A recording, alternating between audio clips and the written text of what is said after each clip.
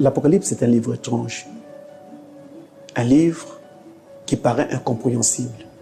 Il a été écrit par l'apôtre Jean sous l'inspiration directe du Christ lui-même.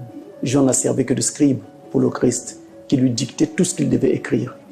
Sur l'île de Patmos, de 95 à 96 de notre ère, Jean a écrit toutes les prophéties, toutes les visions qui lui avaient été dictées par le Seigneur. Et sur 22 chapitres et 405 versets, il déroule tout le plan. Il montre comment le bien vaincrait le mal.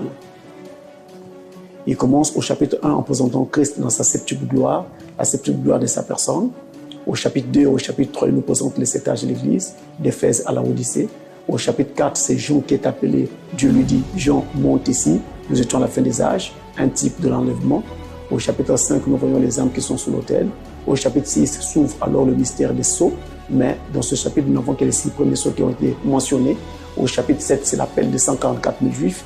Au chapitre 8, du verset 1 jusqu'au verset 2, c'est le grand mystère du 7e sceau, qui est le sceau mystère de tous les mystères de Dieu. À partir du chapitre 9 jusqu'au chapitre 16, il est parlé donc du mystère concernant les trompettes, les 7 trompettes, les 7 coupes et les 7 fléaux.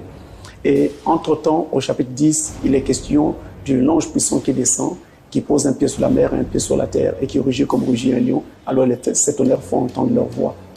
C'est un livre très riche. Alors pour découvrir ce livre en détail, tous les dimanches sur Lux Télévision, à partir de 9h35, Pasteur Francis et vous avons rendez-vous avec le Christ dans le livre de l'Apocalypse.